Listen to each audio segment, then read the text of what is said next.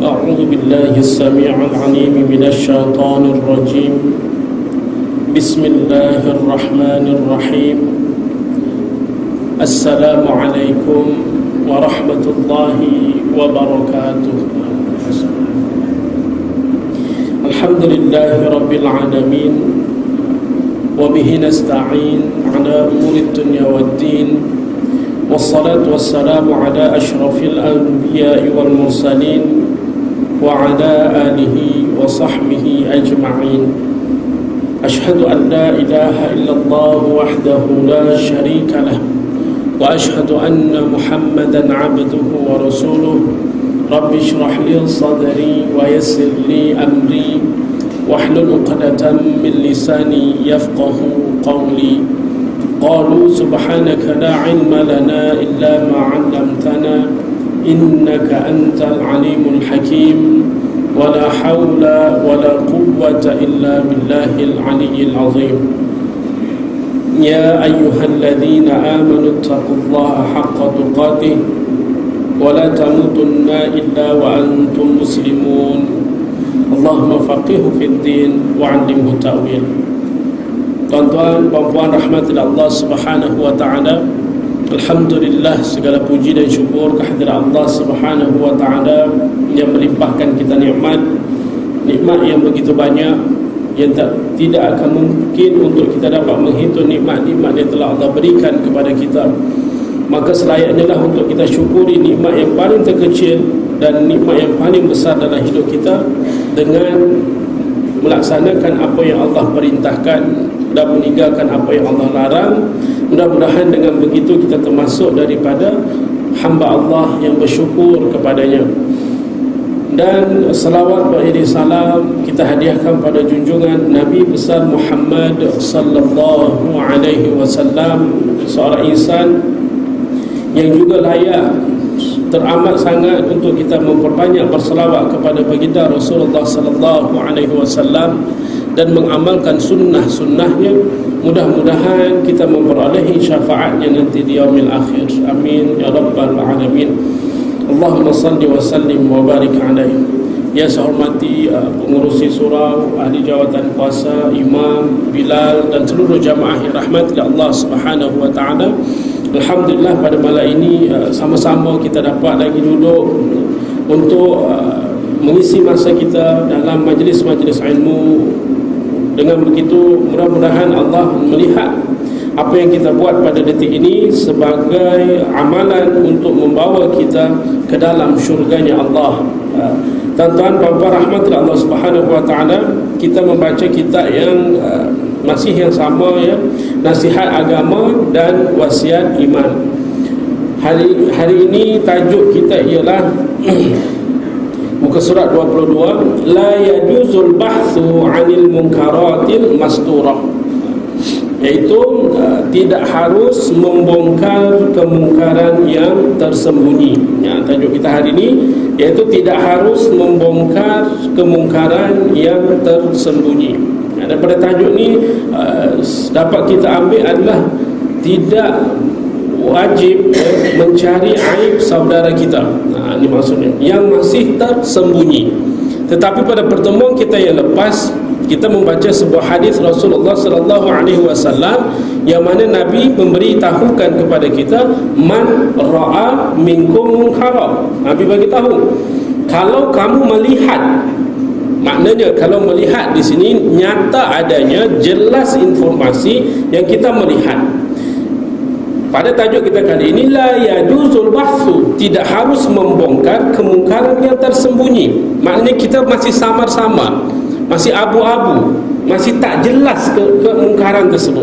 Masih kita belum memahami, belum mengetahui betul ke tidak. Maka kalau kata tajuk kita, tidak harus membongkar perkara yang masih tersembunyi. Tapi kalau jelas macam hadis Nabi yang mengatakan kalau kamu melihat falyughayyir biyadihi, maka cegahlah dengan kedua tanganmu. Itu jelas kalau kita melihat ada kemungkaran jelas-jelas di depan mata kita, maka kita tidak harus untuk tidak membongkarnya. Justru kita kena mencegahnya. Pada hadis kita yang telah baca pada pertemuan kita yang lepas. Tapi kali ini kita bercerita tentang tidak harus membongkar. Membongkar yang macam mana? Kita baca sikit dulu tuan-tuan kitab dia. Wa'lam, ketahuilah annahu laisa biwajibin ala ahadin ayyabhatha 'anil munkaratil masturah. Sesungguhnya tidak wajib bagi seseorang membongkar kemungkaran yang tersembunyi, hatta yunkiraha idza ra'aha. Sampailah, dia kata di sini, kamu atau ia akan mengingkarinya apabila dia melihatnya dengan nyata. Jadi sangat jelas tentang rahmatullah Allah SWT. Kalau belum jelas, jangan dulu, jangan diwar-warkan, jangan dibagi tahu dulu. Pada sekarang ni kan zaman dia punya WhatsApp lebih cepat daripada petir yang menyambar. Wush, lebih cepat lagi blast dia tu. Berapa grup, berapa orang yang dalam grup, semua boleh tahu. Padahal belum pasti adanya risalah atau maklumat yang ada dalam tersebut. Tapi apabila nyata, maka kamu boleh mengingkarinya. Jadi tentang rahmatullah Allah Subhanahu Wa Taala sangat menarik apabila Allah Azza wa Jalla sendiri, tindakan pembongkaran tersebut adalah diharamkan oleh Allah Azza wa Jalla berdasarkan firman-Nya dalam surah Al-Hujurat ayat 12, wala tajassasu. Janganlah kamu mencari-cari kesalahan orang lain. Ini tentang rahmatullah Allah SWT. Saya teringat ada sebuah kisah di sini dikatakan bahwasanya dari Thawr Al-Qindi, bahwasanya Amirul Mukminin iaitu Umar radhiyallahu an, Umar bin Khattab radhiyallahu an, dia pernah berjalan di kota Madinah, tuan-tuan. Begitu dia berjalan di kota Madinah pada waktu malam, begitu dia melalu dalam terlalulah dia pada satu rumah ni, dia mendengar ada suara lelaki yang sedang bernyanyi. Terdengar pada kalau malam, bukan macam kita, rumah kita tak ada siapa yang dengar. Mungkin pada zaman mereka rumah yang tidak besar, yang tidak, dia suara tu mungkin boleh sampai keluar. Maka ketika Umar lalu tuan-tuan, terdengar suara nyanyian dari dalam rumah ni, nyanyian, dan begitu dia dengar ada suara-suara yang mencurigakan. Ni rasa tertarik ni, kenapa di dalam tu ada apa? Seharusnya tak perlu, tapi kenapa ni? Rupa-rupanya dikata di sini dia memanjat dinding rumah tersebut kerana dia ingin tahu ada apa di dalam rumah tu. Kenapa bising-bising nyanyi-nyanyi ni tengah malam? Terus baca Quran ke apa ni dia nyanyi? Begitu dipanjat dinding tersebut, tuan-tuan, mendapati rumah tersebut bersama lelaki tadi itu tersebut bersama dengan nampak macam ada wanita atau sedang meminum arak, sambil nyanyi-nyanyi sambil minum arak. Begitu Umar melihat, lalu Umar kata, wahai musuh Allah, kata Umar radhiyallahu anhu, apakah engkau menyangka bahawa Allah menutupi kemaksiatanmu? Maknanya kalau bahasa kita, oi, kau ni buat maksiat dalam rumah kau sendiri, kau fikir Allah tak nampak ke? Contoh macam tu, tuan-tuan. Maka Umar kata seperti itu kepada yang punya rumah. Namun jawapan daripada sepemilik rumah pun hebat juga, tuan-tuan. Dia ada agama lah ni. Dia jawab dia macam ni, wahai Amirul Mukminin, dia kata, tuan-tuan, jangan engkau terburu-buru menghukum seseorang. Dia kata, tuan-tuan, jika aku bermaksiat kepada Allah dalam satu kesalahan, ini pemilik rumah kata, oh, aku satu kesalahan, ya, aku satu kesalahan, tapi dalam masa yang sama, dia kata kepada Amirul Mukminin, engkau melakukan kesalahan 3 sekaligus. Dikata kepada Amirul Mukminin. Maka apa 3 perkara tu yang aku buat kesalahan? Kata Umar.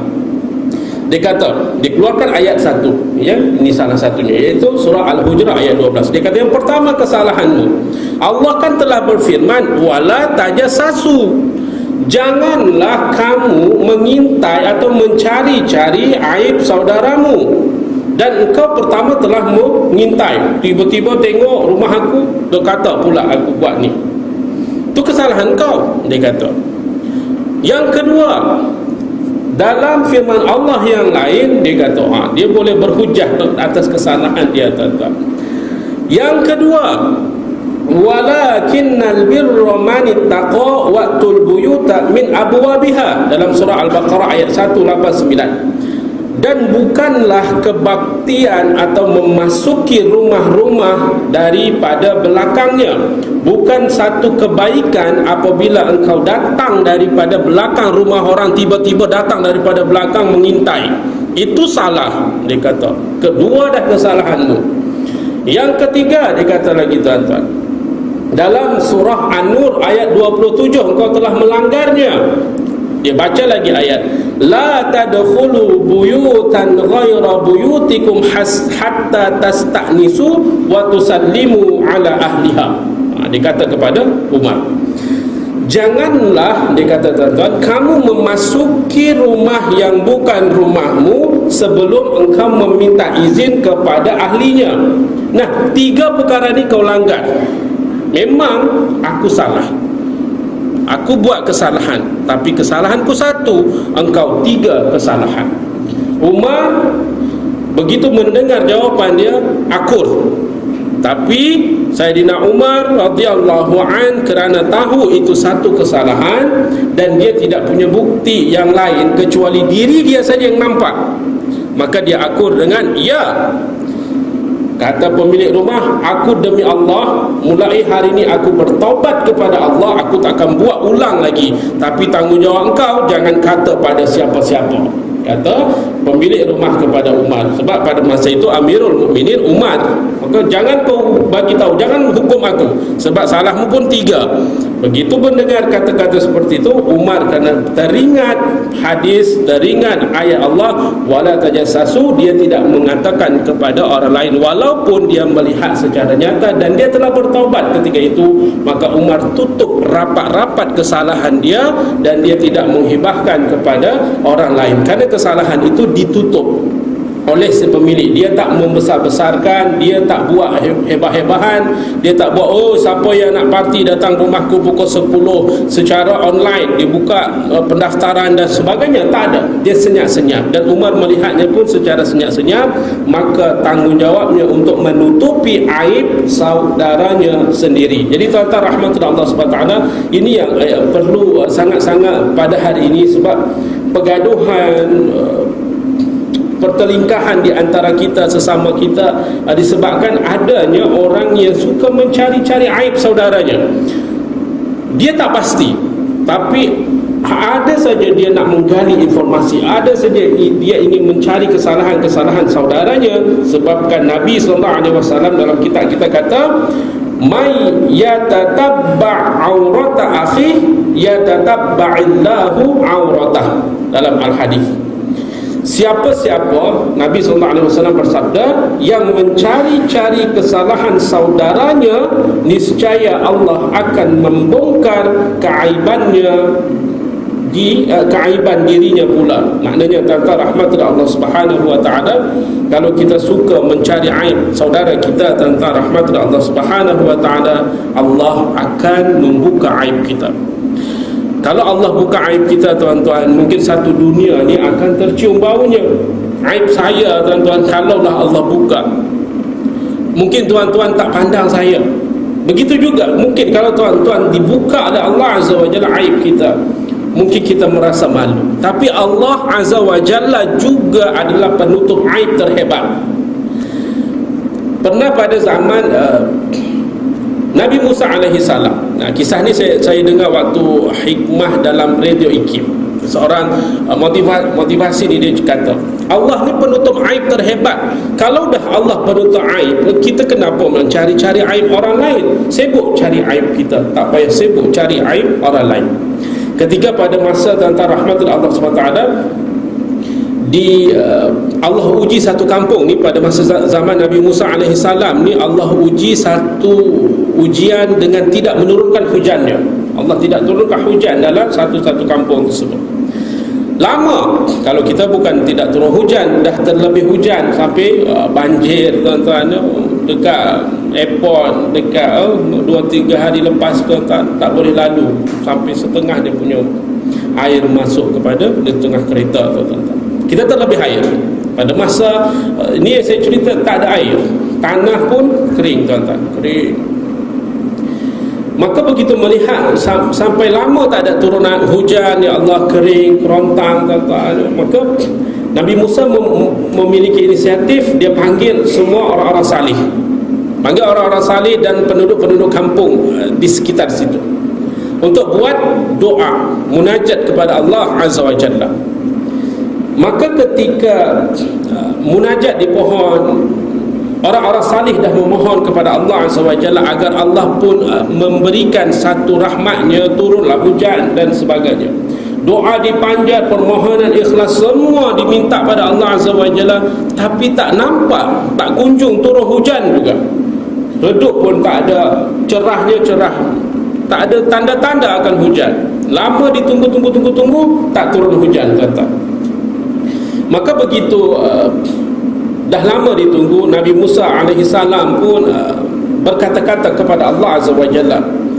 Dia tanya, ya Allah, aku dah kumpulkan semua orang, untuk memohon kepadamu dengan secara ikhlas, dengan secara betul khusyuk kepadamu, memohon hujan. Kenapa tidak kau turunkan, ya Allah? Allah bagi clue kepada Nabi Musa alaihissalam. Dia kata, aku akan turunkan hujan kalau salah seorang dari kumpulan engkau itu keluar daripada barisan. Sebab ada seorang daripada kumpulan engkau ni banyak sangat aibnya, banyak sangat mencari aib orang dan banyak sangat aib dia. Aku tak nak ada orang di dalam kumpulan itu, kalau dia keluar baru turun hujan. Tapi Allah tak sebut siapa namanya.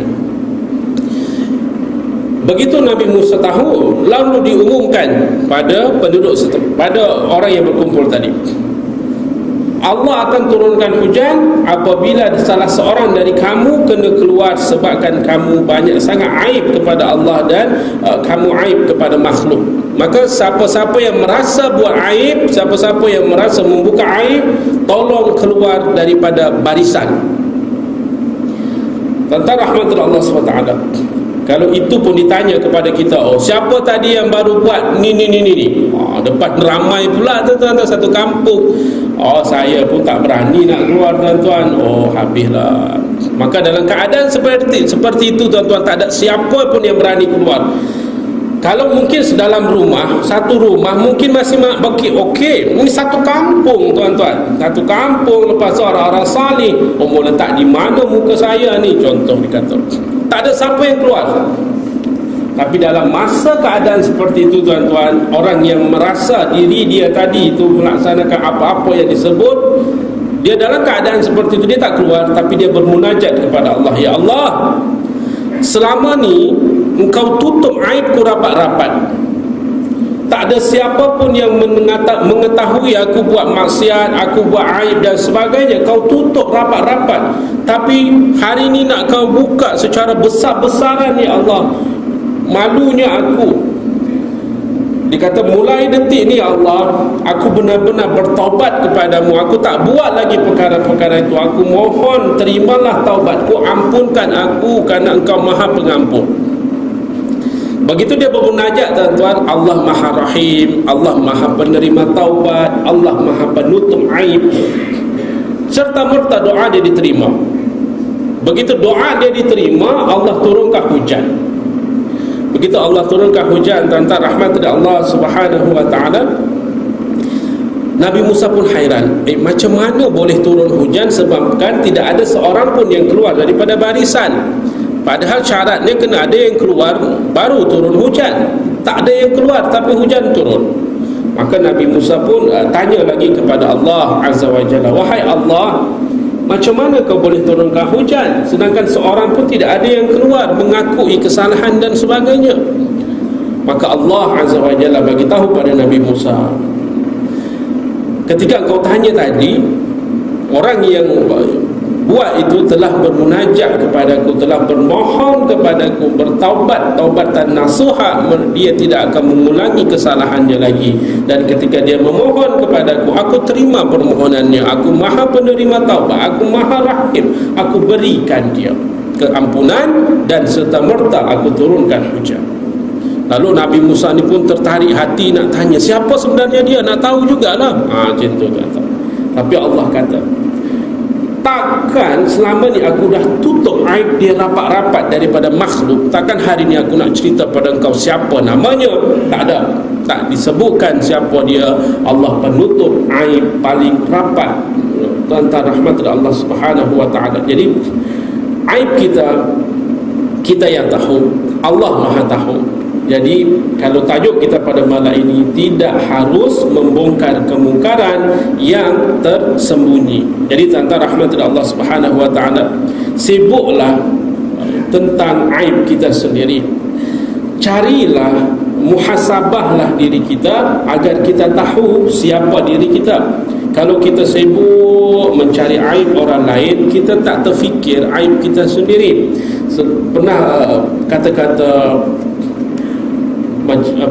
dia kata macam ni, kuman atau semut di dasar laut, di dalam laut yang terdalam boleh nampak, gajah di depan mata tak boleh tengok.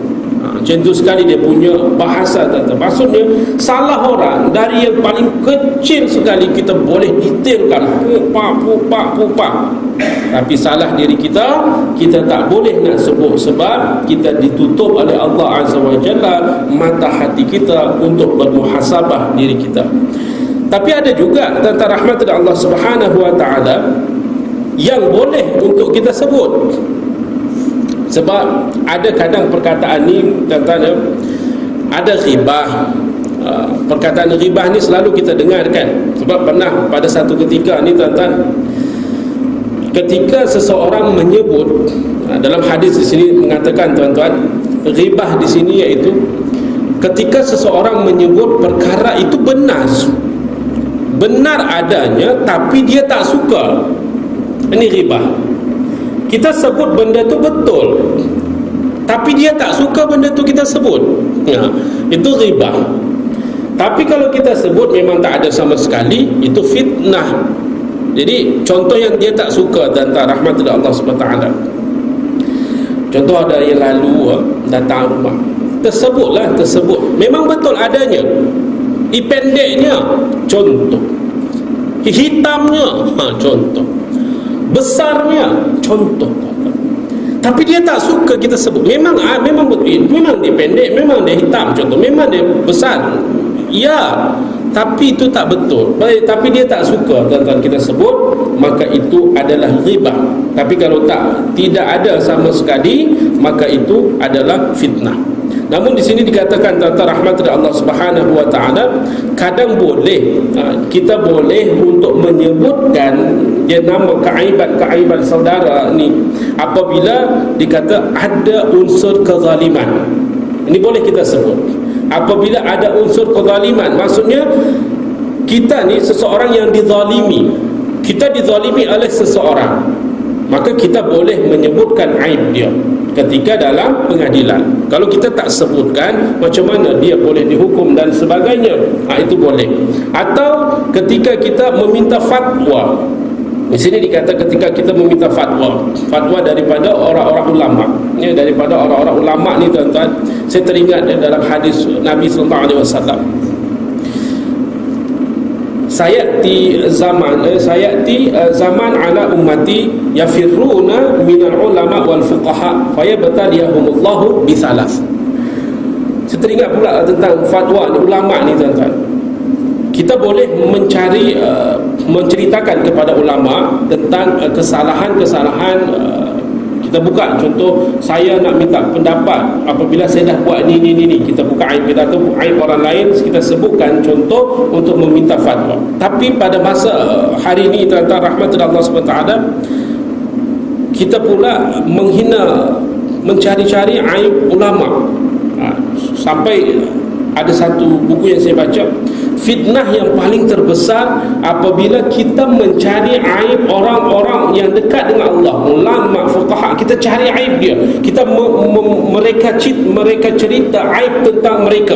Sekarang dah ada tuan-tuan, dah banyak sangat-sangat tuan-tuan, orang yang menyampaikan kebaikan difitnah dan sebagainya Saya teringat hadis yang saya baca tadi tuan-tuan, akan sampai pada satu zaman nanti, Nabi bagi tahu tuan-tuan, maka akan ada orang yang lari daripada ulama, lari daripada fuqaha yang menyampaikan. Dah lari, buat cerita pula, fitnah dia sampai membunuh. Dah sangat banyak tuan-tuan, bunuh ulama dah sangat banyak tuan-tuan, dah macam apa dah. Maka Allah Azza wa Jalla, kata Nabi SAW, akan menimpakan 3 bala. Tuan-tuan, mudah-mudahan ini tidak ada pada tempat kita, di mana apabila kita minta fatwa, okey, pada ulama, kita minta fatwa kepada dia, alhamdulillah dia bagi fatwa. Tapi ada satu orang nanti ini, dia bukan minta fatwa, dia hanya mencari kelemahan, lepas tu dibagi tahu, dia tak nak buat, dia memperlekeh, memfitnah dan sebagainya, sampai dia lari daripada ulama tersebut, sampai dia menjadikan ulama adalah tempat permainan sahaja. Ini alah, ulama ini kata pun boleh, ini tak boleh, melaga-lagakan, sampai lari. Maka Allah Azza wa Jalla akan timpakan 3 bala. Yang pertama, yarfa'ullahul barakah min kasabihim. Allah Azza wa Jalla, kata Nabi SAW, akan mengangkat keberkatan daripada rizkinya, tentang rahmat dari Allah Subhanahu wa ta'ala. Na'udzubillah, kalau sampai Allah Azza wa Jalla mengangkat rizki, keberkatan dalam rizki kita, tentang rahmat dari Allah Subhanahu wa ta'ala, walau nampak banyak, walau nampak besar, walau nampak megah, tapi ia tidak menjanjikan keberkatan di dalamnya. Ini yang bahaya tentang rahmat dari Allah Subhanahu wa ta'ala.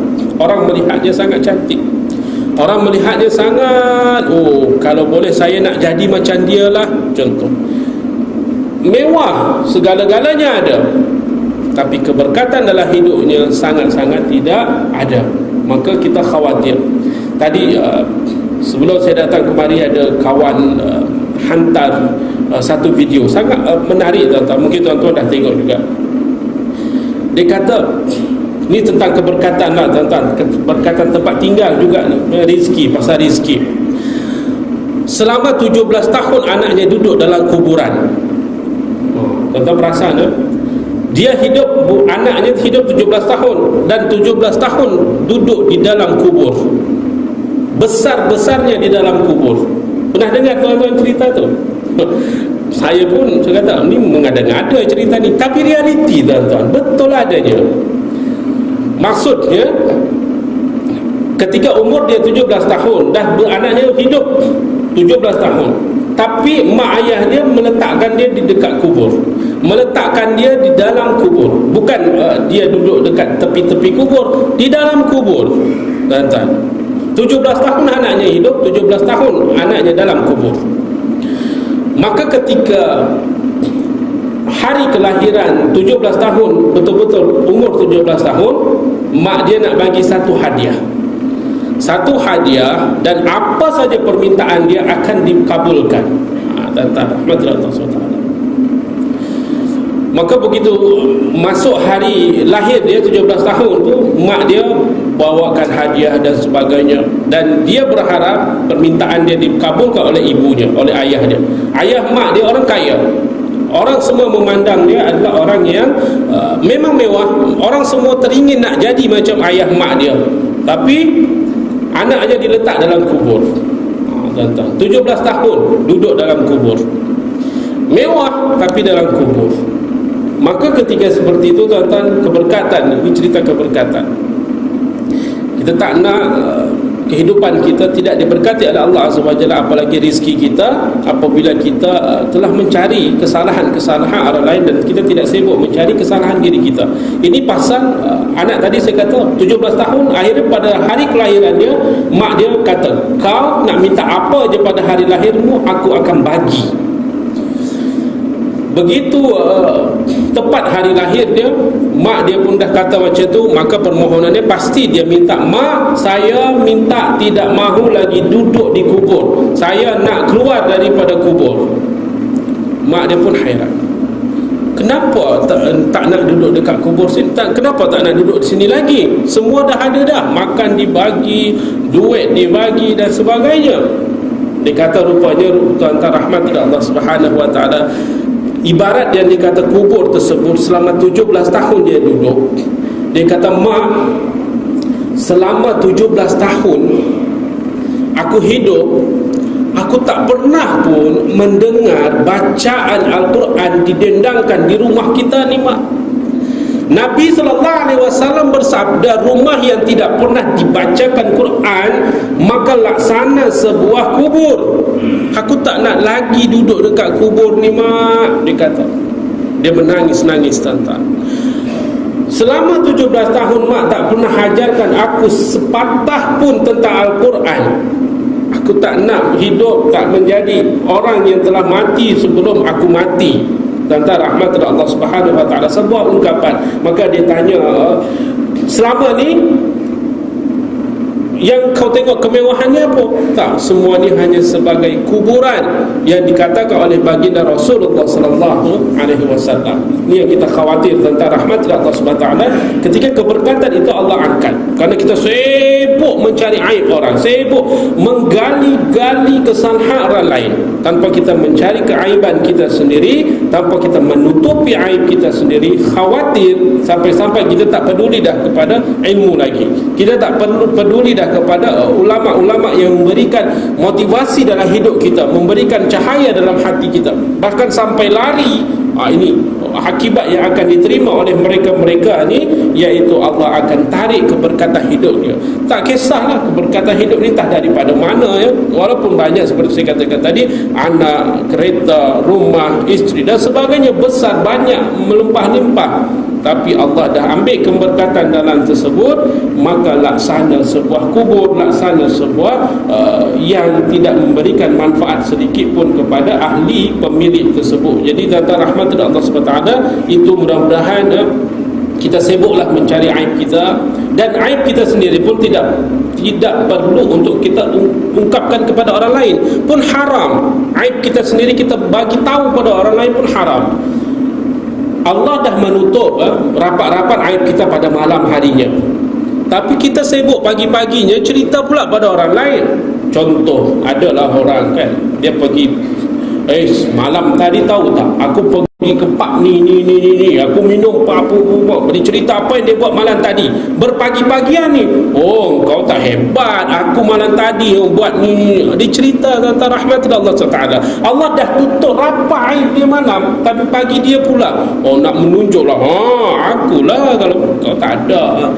Pun haram, tuan-tuan. Mengaibkan diri sendiri pun haram, apatah lagi kita mengaibkan orang lain. Balik pada keberkatan tadi, tuan-tuan rahmatullah SWT, Allah akan menimpakan yusallitullah alaihim sultanan zaliman. Ketika seseorang tidak mahu lagi untuk mendekati ulama, untuk belajar, mengajar, mencari fatwa, mencari penjelasan supaya kita ni tidaklah dalam kejahilan hari-hari, tapi sampai lari, sampai memfitnah mereka, Allah Azza wa Jalla akan mengusahakan mereka dengan penguasa yang zalim. Na'udzubillah. Allah akan bagi dia kuasa-kuasa zalim yang menguasainya.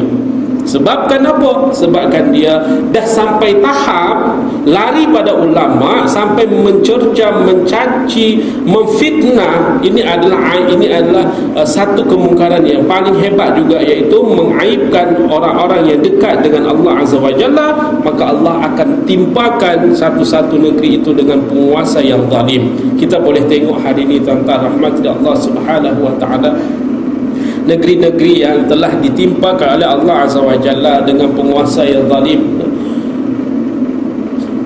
Saudara se-Islam kita hari-hari dilempar dengan peluru-peluru yang sangat menyayat hati, tuan-tuan. Satu negara yang baru, yang sedikit saja, tuan-tuan, dunia dah macam-macam kata, sampai mereka, tuan-tuan, Al-Quran dibakar, tuan-tuan. Sangat zalim mereka tu. Tapi Islam yang dekat Palestin, Syria, yang mereka terbunuh bukan puluh-puluh lagi, ribu-ribu bahkan, tuan-tuan rahmatullah SWT, Na'udzubillah, sampai macam itu sekali penguasa-penguasa yang zalim yang telah ditimpakan kepada mereka. Dan kita boleh tengok mereka sampai ada yang lari, sampai mencari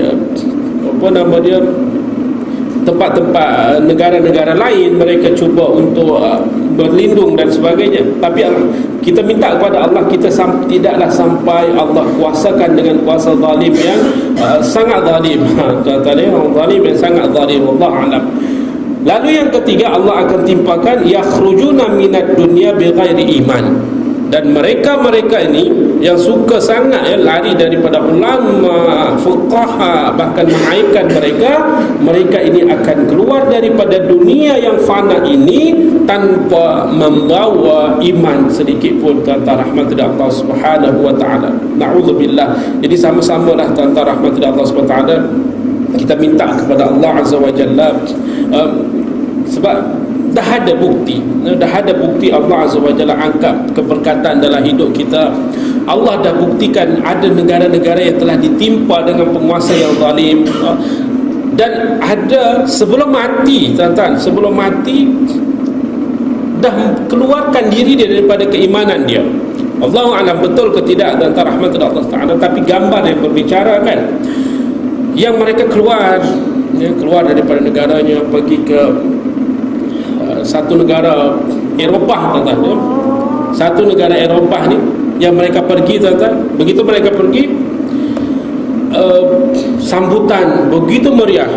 Sambutan penerimaan mereka ni, tuan-tuan, Allah Rabbi, saya kata kalah negara kita, kalah orang-orang Islam menyambut saudara mereka sendiri. Sambutan ni dengan meriah, kain rentang, welcome, dengan tepukan gemuruh, bahkan seperti saudara kandung yang baru balik kampung. Macam tu sekali, tuan-tuan. Tapi dalam cerita tu, di sebalik ceritanya, gambar yang berbicara wajah-wajah Arab, tuan-tuan, mengeluarkan agama daripada diri dia.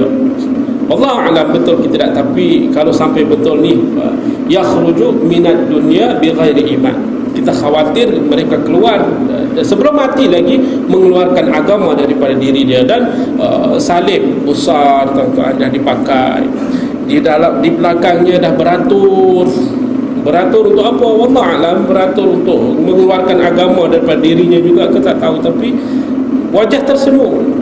Ini yang saya khawatir tentang rahmat Allah Subhanahu wa taala, ketika banyak sangat kita mencari aib-aib saudara kita, banyak bencana bala yang Allah akan timbulkan kepada satu-satu tempat tersebut. Kenapa? Kerana ibarat orang yang mencari aib ni, Allah akan bagi tahu banyak ayat-ayat yang jelas, yang jelas nyata adanya. Ketika kita menceritakan, mencari, menggali, bukan yang pasti, tuan-tuan, yang belum pasti. Kita makan, kita seperti ambil daging dia, bangkai, kita sambil bercakap ni, sambil makan daging dia, tuan-tuan. Sambil bercakap tentang dia, sambil makan daging dia, seperti kita memakan daging saudara kita sendiri. Na'udzubillah. Jadi tentang rahmat Allah SWT, kalau kita cerita tentang diri kita mungkin tak habis, tuan-tuan. Kalau tuan-tuan cerita diri saya, aib saya, mungkin tak cukup untuk saya berfikir aib orang lain, mungkin, tuan-tuan. Sebab satu hari ini sahaja mungkin, ya Allah, ya Tuhanku, pelbagai macam dosa yang telah saya lakukan, pelbagai dosa mungkin yang telah saya lakukan dan sebagainya. Dan kalau kita fikir tentang diri kita ni sahaja pun tak habis. Jadi tak mungkin tentang rahmat Allah SWT ada masa kita untuk berfikir atau mencari aib-aib orang lain. Ini yang kita bimbang hari ini. Kerana apa? Kerana kalau kita mencari aib yang tidak pasti, tuan-tuan, akan menjadi pergaduhan. Akan terjadi pergaduhan. Kenapa? Kerana kita menjadi telinga kuali. Kalah internet dekat satelit dekat luar sana, kita pun nak tahu juga perkara-perkara tersebut. Maka ini adalah perkara yang tidak untuk kita perlu sama-sama jauhi tentang rahmat Allah SWT. Sebab tajuk kita pada malam ini sangat ringkas, sangat pendek, tapi dia punya manfaat, dia punya matlamat kepada diri kita diharapkan oleh pengarang kita, agar kita sama-sama untuk menghindari hindari, iaitu membongkar kemungkaran yang tersembunyi. Tetapi jangan sampai apabila nyata adanya kita biarkan, itu salah. Kita tidak masuk kepada hadis kita yang terlepas. Jadi kalau kita tuan nampak jelas, maka ambil hadis yang kita dah baca pada pertemuan kita yang lepas. Nampak saja kemungkaran, cegah dengan dua tangan. Kekuasaan, kekuatan dan sebagainya. Tak mampu, fa illam yastati' fa bilisani. Dengan kekuatan lisan, tuan-tuan, puan-puan.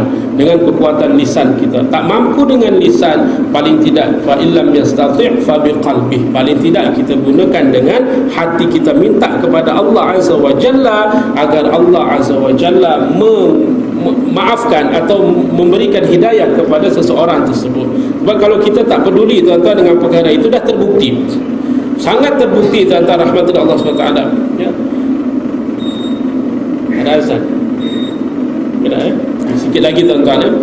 Ketika kita tidak peduli, ni jangan, Allah, aku tak naklah sibuk, tak nak dikata orang yang sibuk tepi kain orang, aku tak naklah, biar je lah, dia keluarga dia lah. Tapi kita nampak jelas, tuan-tuan. Saya waktu baca kitab ni di salah satu pengajian kuliah bulanan dekat TNB, tuan-tuan, muslimat ni ditanya, macam mana posisi saya ni, Ustaz? Dia kata, tuan-tuan, posisi apa? Saya duduk depan rumah saya ni, Ustaz. Hari-hari saya tengok, setiap kali mak dia dah pergi kerja, dia akan bawa seorang lelaki. Akan ada je lelaki masuk, akan ada je. Saya dah, apa yang perlu saya buat ni? Dia kata, tuan-tuan, saya bagi tahu, nanti dikata sibuk tepi kain orang pula, tak bagi tahu saya, rimas pula tengok keadaan itu. Dia kata, tuan-tuan, rahmatullah Allah, saya ni salah, jadi macam salah tingkah. Macam mana, apa yang perlu saya buat? Dia kata, tuan-tuan, saya kata, kalau itu memang dah jelas nampak, maka jangan, sebab kita baca, saya takut dikatakan buka aib orang, Ustaz. Ini bukan kata buka aib, memang dah jelas nyata. Kalau puan tak bagi tahu pada siapa yang berkuasa, kan, pakai tangan, pakai mulut, pakai hati, kalau tak bagi tahu, maka takut terjadi sesuatu yang lebih besar, lebih mudarat yang terjadi kepada mereka. Maka tak lama, tuan-tuan, bulan depan yang saya datang, dia kata, Ustaz, saya dah bagi tahu mak dia, tapi mak dia kata, kenapa kau sibuk? Uruslah sendiri keluarga kau, anak kau tu pun tak tahu nak diurus, sibuk urus anak aku. Dia kata, sakit hati saya, Ustaz. Itulah Ustaz suruh saya bagi tahu. Sakit hati saya, Ustaz. Dia kata, tak apa, terlepas, tuan-tuan, daripada tanggungjawab menyampaikan, memberitahu. Tapi lepas daripada tu, Allah alam, tuan-tuan, dia, anak dia dah pun lebih besar maksiat yang dilakukan, tuan-tuan. Baru dia sedar, baru dia faham akan apa yang disampaikannya. Dah terlanjur, tuan-tuan, dah buat apa yang tak sepatutnya mereka buat, dan terlanjur, baru menyesal sekarang. Ini sekata tadi, tuan-tuan, pada satu-satu tempat yang kita kena alah, biar kita dikata sibuk tepikan orang, tak ada masalah, sebab ini untuk kebaikan umat, untuk kebaikan orang lain. Tapi kalau tak pasti, jangan digali-gali. Sebab ada orang yang memang suka, begitu tengok je, dengar je suara bising-bising malamnya, pagi-pagi je dia pergi rumah tu, dia tanya, gali, malam tadi akak macam dengar lah suara bising-bising, ada apa ya? Dia pun nak tahu. Lepas tu dia sebarkan pada kawan-kawan dia pula. Dia jadi telinga kuali, tuan-tuan. Maka bahaya, tuan-tuan, bahaya. Dah telinga kuali, mulut apa nama tak tahu lagi. Jadi bahaya, tuan-tuan. Kalau ni tak boleh. Kalau kita tak pasti, janganlah. Kalau yang pasti jelas kita tegak, yang belum pasti, yang belum, ini kita tunggu dulu, cari informasi dulu. Bukan cari informasi ni macam sekarang ni pun siaran apa nama dia, gosip ni pun, tuan-tuan, satu hal juga. Kalau dia tak ada gosip, tak tinggi pula rating dia.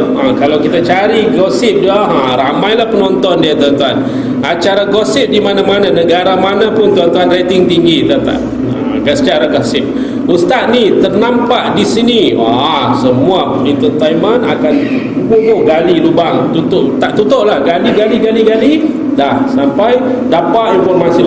Akhir-akhir kalau fitnah, minta maaf ustaz, kami tersalah informasi. Itu je akhirnya, cuma itu. Kalau tak betul lah itu, tapi kalau betul habis dah, dia hancur. Di fitnah terus, dicari-cari. Maka ini yang menghancurkan kita, tuan-tuan. Ghibah namun berleluasa, dan kita suka. Saya pun kadang tertengok juga, tuan-tuan.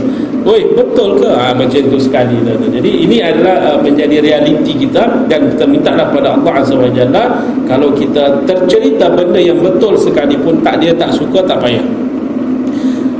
Wala tanabazu bil alqab. Jangan memanggil seseorang tu dengan sebutan panggilan yang ia tidak sukai. Saya pun ada juga, tuan-tuan, ada sebahagian sahabat saya, di sini pun dalam catatan saya pun ada beberapa nama atau beberapa gelar yang memang dia suka dipanggil. Tuan-tuan, contoh, saya cerita ni dengan tuan kenal tak dengan Haji ni? Yang mana ya? Yang agak tinggi tu, yang hidungnya tinggi, contoh saya sebut, yang ni, saya tahu. Kalau saya sebut Haji ni saja, tuan-tuan, yang mana satu ya? Macam tu. Yang mana satu baru saya sebut. Dia handsome lah, dia besar sikit, tinggi, hidungnya mancung, telinga dia. Saya sebut macam tu, tuan-tuan. Baru detail, baru faham. Itu tak apa. Itu tak apa pada dia. Tapi kalau dia tak suka, tuan-tuan, seperti saya katakan tadi, betul depan-depan dia kita sebut si fulan, kita sebut nama, kita sebut gelaran yang dia tak sukai, maka tolong jangan diteruskan. Dia tak suka, itu mengaibkan dia, dia merasa teraibkan. Tapi ada juga orang yang suka, tuan-tuan.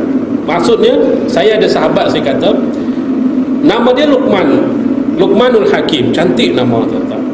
Tapi kalau dipanggil Luqman, dia tak tengok, tuan-tuan. Saya sebut Luqmanul Hakim bin pun saya sebut, tak tengok, tuan-tuan. Tapi kalau dipanggil Bob, dia tengok. Tu pula, tuan-tuan. Memang badan dia agak sedikit sihat lah, tuan-tuan. Panggil Bob, tak payah kuat-kuat pun dia tengok terus. Kalau panggil nama asal, tak tengok, tuan-tuan. Dia suka, teruskan. Tak suka, stop sampai di situ. Ada kadang nama-nama yang kita boleh, dan ada yang tak boleh. Sebab dalam Al-Mawsu'ah Al-Fiqhiyah juzuk 2 ni kata lebih. Tapi lebih utamalah kita panggil nama-nama yang dia sukai.